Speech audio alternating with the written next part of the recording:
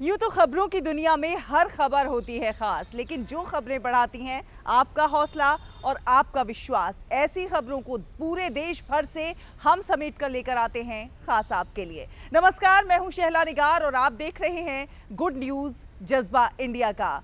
तो प्रोग्राम की शुरुआत करें, लेकिन उससे पहले आइए एक नजर डालते हैं कि इस प्रोग्राम में आज क्या कुछ रहने वाला है खास। बंजर जमीन पर हरियाली की गुड न्यूज, खुशियों का होम, बुजुर्गों के मन का तिलक। जब अपनों ने छोड़ा साथ तो इन्होंने थामा हाथ। कैसे लोगों को चढ़ा किताबों का चस्का। हरदोई में मोबाइल लाइब्रेरी बदल रही है ग्रामीणों की तकदीर। देश का पहला शून्य अपशिष्ट चिड़ियाघर जीरो वेस्ट मॉडल पर हुआ विकसित। तो प्रोग्राम की शुरुआत में चलिए सबसे पहले आपको लेकर चलते हैं दिल्ली के मैदानगढ़ी स्थित मन का तिलक आश्रम में। यहाँ बुजुर्गों की कहानियां नई सुबहें लिखती हैं। यहाँ हर शख्स की एक अलग कहानी है। तो कैसा है मन का तिलक और क्या है यहाँ की कहानी, आइए जानते हैं। बेटा एक है वो, मतलब शादी से पहले ही माँ से मरने में भी नहीं आया वो। कल तो मैं मर गया तो कौन करेगा कौन नहीं करेगा। तब मैंने यहाँ पर देखा हिसाब किताब, मुझे बहुत अच्छा लगा, फिर मैं सभी नहीं रोया।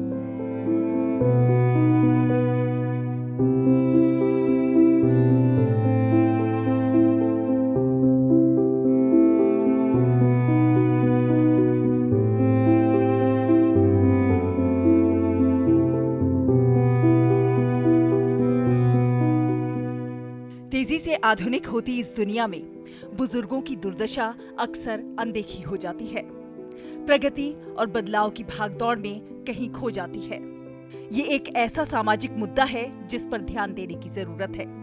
और इसी कड़वी सच्चाई से प्रेरित होकर साल 2018 में दिल्ली स्थित एक गैर सरकारी संगठन विशेस एंड ब्लेसिंग्स ने जरूरतमंद बुजुर्गों के लिए एक सुरक्षित स्थान बनाने का संकल्प लिया।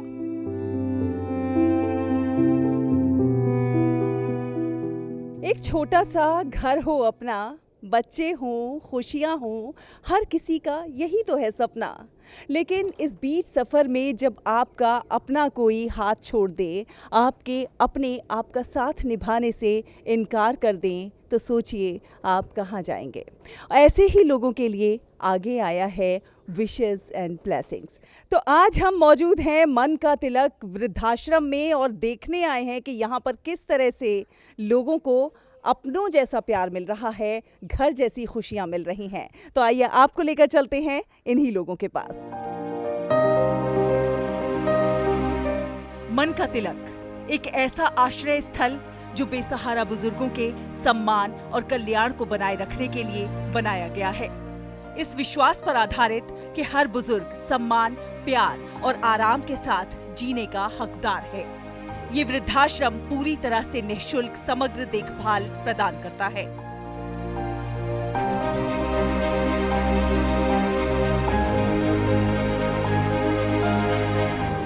सूरज की पहली किरण जब वृद्धाश्रम की खिड़कियों से झांकती है तो इन बूढ़ी आंखों में चमक आ जाती है।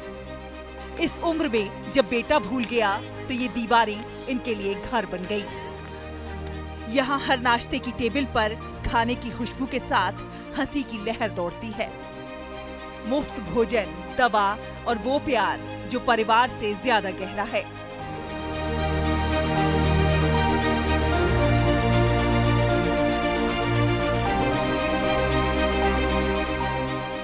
मुझे बहुत अच्छा लगता है और किसी चीज़ की कभी कोई कमी महसूस नहीं हुई। बिल्कुल अपने घर जैसे ही है। बच्चे भी हमारे घर जैसे हैं, जो खाना बनाते हैं हमारे साथ बहुत ज़्यादा टेक केयर करते हैं, बहुत ही प्यार से रहते हैं। हमें लगता नहीं है कि हम अपने बच्चों से अलग हैं, लगता है हम अपने बच्चों के साथ ही हैं। और वाकई सच बात है, ये हमारे बच्चों से ज़्यादा प्यार करते हैं हमें। यहाँ आना क्यों हुआ? बस जी वह घर वालों ने धोखा दिया है। सब कुछ है, पोते पोती हैं, सब कुछ है, लेकिन वो सब अलग है, मैं अलग हूँ। मैं आश्रम में बहुत खुश हूँ, चिंता है ही नहीं किसी बात की। हमारे पास जो रेजिडेंट्स आते हैं, जो बुज़ुर्ग आते हैं, यूजुअली लोग इनमेट्स बोलते हैं, बट हम लोगों ने इनमेट्स नहीं बोलते हैं, हम लोगों ने रेजिडेंट्स बोलते हैं, क्योंकि ये हमारा घर है और वो इस घर के निवासी हैं। यहाँ पर सारी चीज़ें फ्री हैं। जो अंतिम यात्रा उनकी होती है वो भी हम लोग अपनी तरफ से ही करते हैं, उसके लिए भी कोई चार्जेस किसी की तरफ से नहीं होते, क्योंकि ये बेसहारा हैं। कुछ लोगों की फैमिलीज़ हैं बट वो ना के बराबर हैं, नहीं रखना चाहते हैं, नहीं देखना चाहते हैं।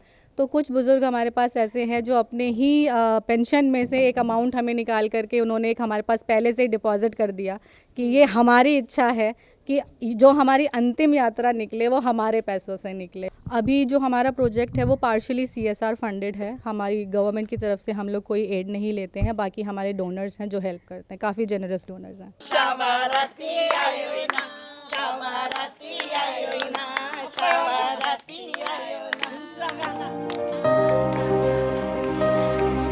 स्वच्छ और आरामदायक आवास, पौष्टिक भोजन, मनोरंजक गतिविधियां, समय पर चिकित्सा देखभाल और सबसे महत्वपूर्ण भावनात्मक सहारा इस घर को खास बना देता है।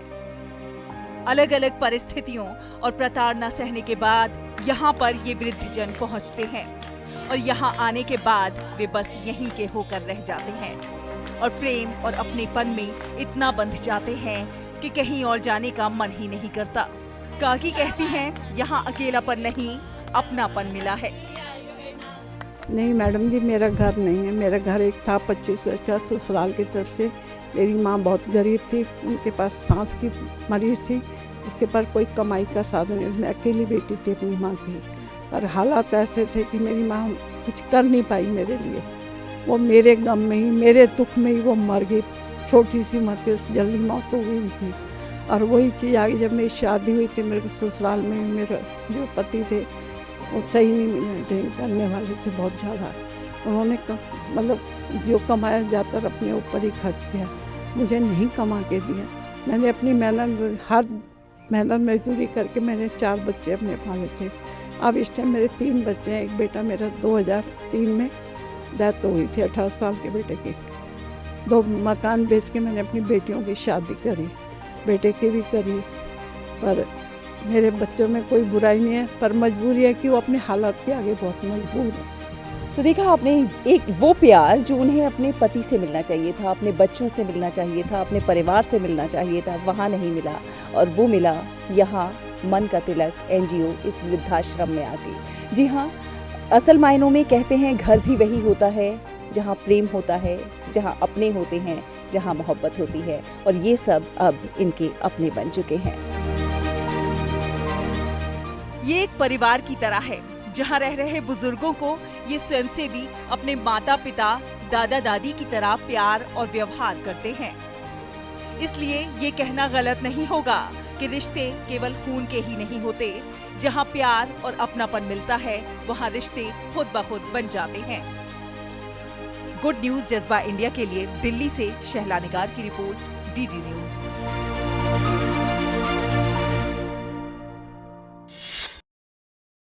और चलिए अब आपको लेकर चलते हैं इंदौर के कमला नेहरू प्राणी संग्रहालय में, जो कि देश का पहला जीरो वेस्ट जू बनने जा रहा है। जी हाँ, यहाँ पर जो कचरा उत्पन्न होगा उसका प्रबंधन भी इसी चिड़ियाघर में ही होगा। कैसे, आइए जानते हैं।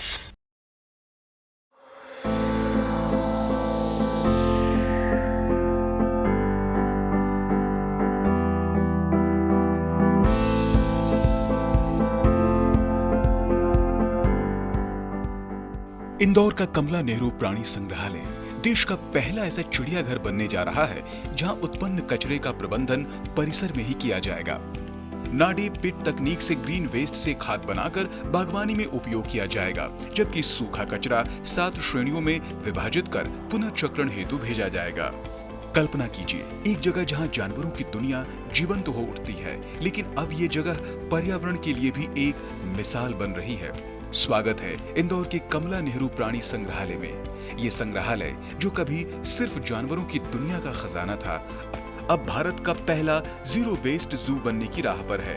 यहाँ हर दिन हजारों आगंतुक आते हैं, लेकिन अब कचरा शून्य होगा। सब कुछ रिसाइकिल, रीयूज या कंपोस्ट।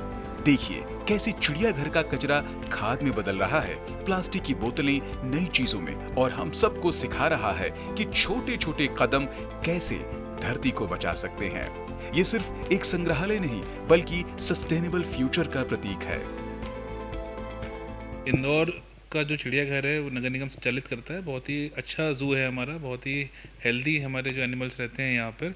और अब इसको हम ज़ीरो वेस्ट पे जा रहे हैं। यहाँ का जितना भी वेस्ट होगा उसकी प्रोसेसिंग, उसका सारी चीज़ें यहीं पर जो अपना जू की प्रेमाइसेस है उसी में होगी। तो इसको करने के लिए जो सिविल वर्क की चीज़ें हैं वो निर्माण हमारे प्रगतिरत हैं। इसमें जो हमारा वेट वेस्ट होगा, वेट वेस्ट की इसमें कंपोस्टिंग होगी, उनको इकट्ठा करके उनको एंजाइम डाल के उनकी कंपोस्टिंग की जाएगी और उस कंपोस्ट को फिर दोबारा हमारे गार्डन्स में या जू के अंदर ही इसको इस्तेमाल किया जाएगा। इंदौर का चिड़ियाघर होगा देश का पहला शून्य अपशिष्ट चिड़ियाघर। उद्देश्य चिड़ियाघर में उत्पन्न होने वाले सभी प्रकार के कचरे का निपटान परिसर के भीतर ही करना। कचरा प्रबंधन, खाद्य अपशिष्ट, बागवानी कचरे और सूखे कचरे का परिसर में ही अलग अलग पीट में अलग अलग निपटान। नाडे पीट तकनीक का उपयोग भी करके ग्रीन वेस्ट से खाद बनाई जाएगी, जिसका उपयोग चिड़ियाघर के अंदर बागवानी में किया जाएगा। जीरो वेस्ट मॉडल, इस पहल के माध्यम से चिड़ियाघर विकसित करेगा एक जीरो वेस्ट मॉडल। यहाँ पर जो जितना कचरा निकलेगा चिड़ियाघर में, ड्राई वेट वेस्ट और जो रिसाइक्लेबल मटेरियल रहता है वो सारा हम लोग इन हाउस उसकी प्रोसेसिंग करेंगे और उसका पूरा जो भी खाद बनेगा उसका यहाँ पर जो गार्डन है, यहाँ पर बाग बगीचे, खेत वाला पोर्शन है, वहाँ पर हम लोग इसको उपयोग करेंगे।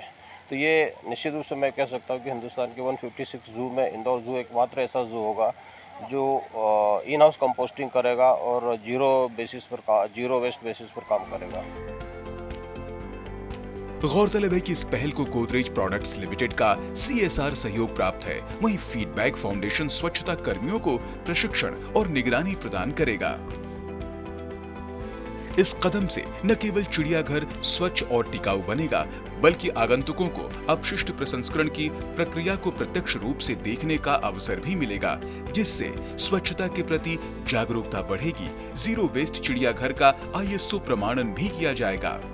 इससे इंदौर को स्वच्छता के क्षेत्र में एक और महत्वपूर्ण उपलब्धि मिलेगी और अन्य चिड़ियाघरों के लिए भी यह एक उदाहरण बनेगा। गुड न्यूज जज्बा इंडिया के लिए मध्य प्रदेश के इंदौर से bureau report, DD news.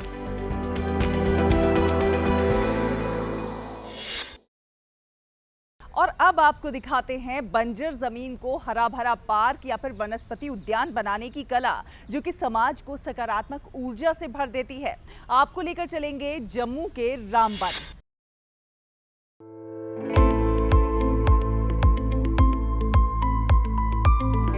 Jammu Kashmir के रामबन जिले के चंद्रकोट में एन गयावती देवी पिछले 2 वर्षों से CRPF 84वीं बटालियन परिसर में कचरे को संपत्ति में और बंजर जमीन को पार्क और वनस्पति उद्यान में बदल रही हैं।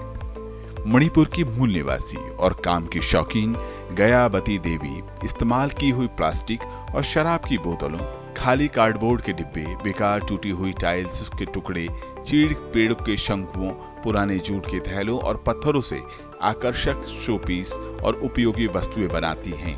गयावती देवी ने असंभव को संभव कर दिखाया है।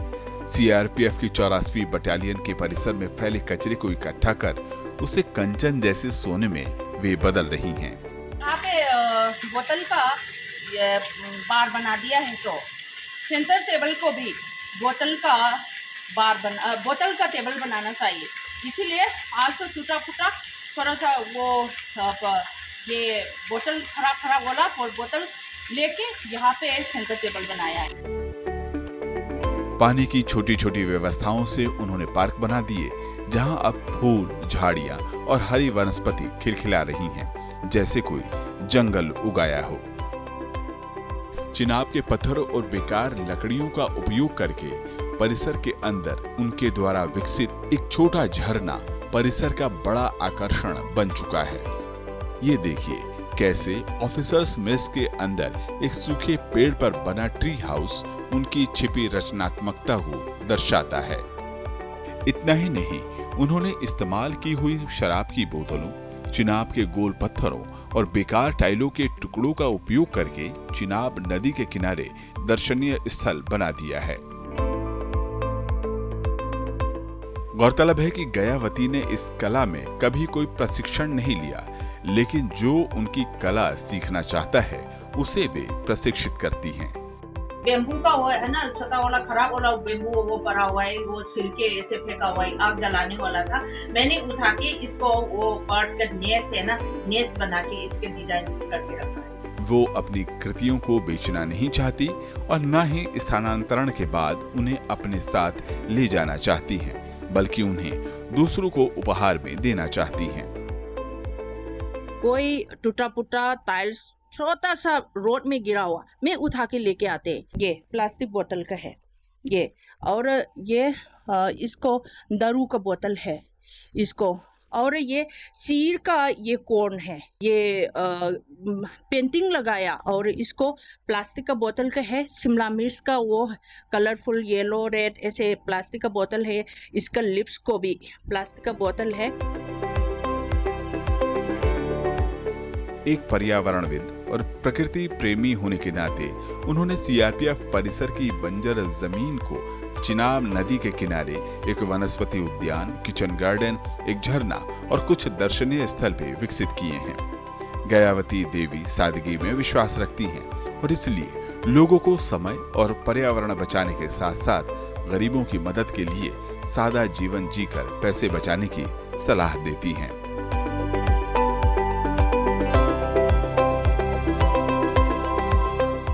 गयावती देवी जी के इस शौक से न केवल बेकार पड़ी वस्तुओं के सदुपयोग करने का विचार मिलता है, बल्कि स्वच्छता और पर्यावरण संरक्षण के अलावा समय के सदुपयोग करने की भी प्रेरणा मिलती है। दूरदर्शन के लिए रामबन से मैं रविंद्र किचलू। और अब बात एक ऐसी मुहिम की, मुहिम शिक्षा की जोत जलाने की, सोशल मीडिया और इंटरनेट के दौर में कुछ अलग हट कर जाने की। जी हाँ, कुछ इसी तर्ज पर यूपी के हरदोई के कुछ युवाओं ने खोली है मोबाइल लाइब्रेरी, जो कि ग्रामीणों में लगा रही है किताबें पढ़ने का चस्का। कैसे है, आइए देखते हैं।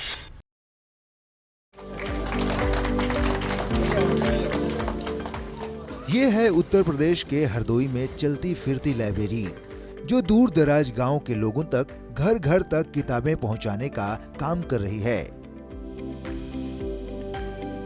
दरअसल हरदोई के मल्लावा विकास खंड के बांसा गांव निवासी जतिन ललित कम्युनिटी लाइब्रेरी चलाते हैं।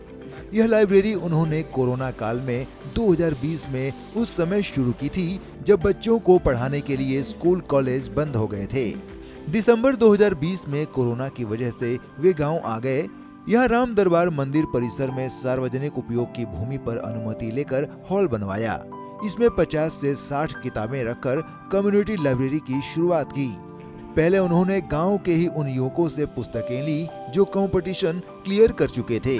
फिर 26 गांवों में पुस्तक दान प्राप्त करने का अभियान चलाया। आज उनकी ये मुहिम सिर्फ हरदोई नहीं बल्कि पूरे देश में जानी जा रही है।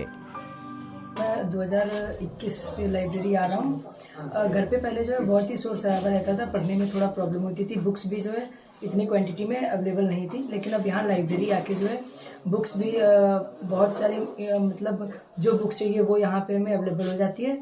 और यहाँ पे साइलेंस भी काफ़ी रहती है, जिससे हमें पढ़ने में जो है कंफर्टेबल और मतलब ध्यान एक जगह केंद्रित रहता है। जैसे मैं क्लास 10 में पढ़ता था तब से यहाँ जुड़ा हूँ।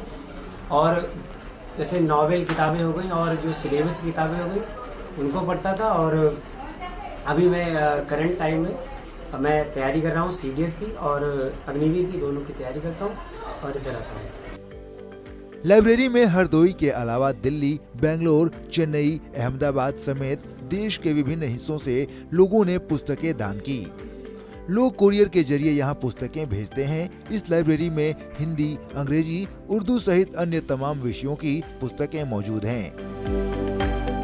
अब यहाँ प्रतिदिन गांव के युवा से लेकर बुजुर्ग तक आकर पुस्तकों का अध्ययन करते हैं। इस लाइब्रेरी का संचालन भी बच्चों की एक स्टडी काउंसिल के माध्यम से होता है। उसी के माध्यम से किताबों को पढ़ने के लिए जारी करने से लेकर जमा करने का काम भी किया जाता है।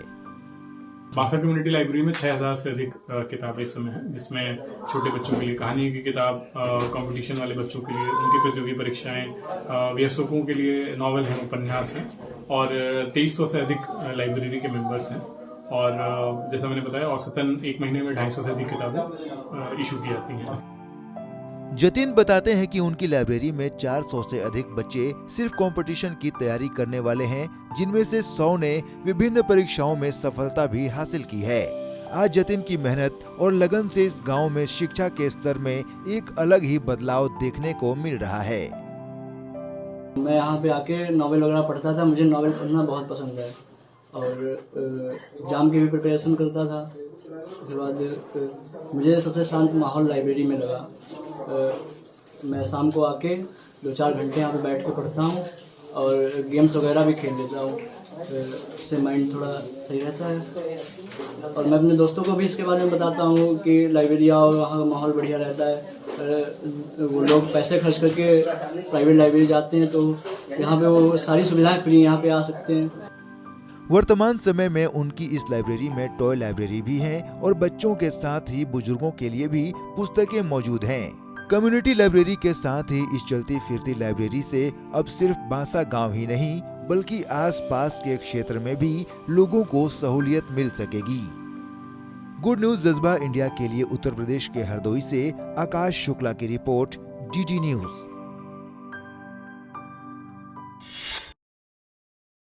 जब दुनिया को मुट्ठी में समेटने की होड़ सी मची हो, शब्द डिजिटल फॉर्म में आपकी जिंदगी में एक अलग स्थान बना रहे हों, शब्दों से भी बढ़कर वीडियोस, पॉडकास्ट, शॉर्ट फिल्म्स और भी बहुत कुछ, और ऐसे समय में पुस्तकालय खोलने की मुहिम, इसे आप क्या कहेंगे? लेकिन असल जिंदगी की राह तो यहीं से निकलती है, क्योंकि शिक्षा से ही तकदीर बदलती है। उम्मीद है आप सभी को हमारा ये प्रोग्राम बहुत पसंद आया होगा। आप अपनी प्रतिक्रियाएं हम तक भेज सकते हैं। हमारा ईमेल आईडी है ddgoodnewsindia@gmail.com। अगले हफ्ते फिर हाजिर होंगे कुछ और अच्छी कहानियों के साथ। तब तक के लिए हमारी पूरी टीम को दीजिए अनुमति। नमस्कार।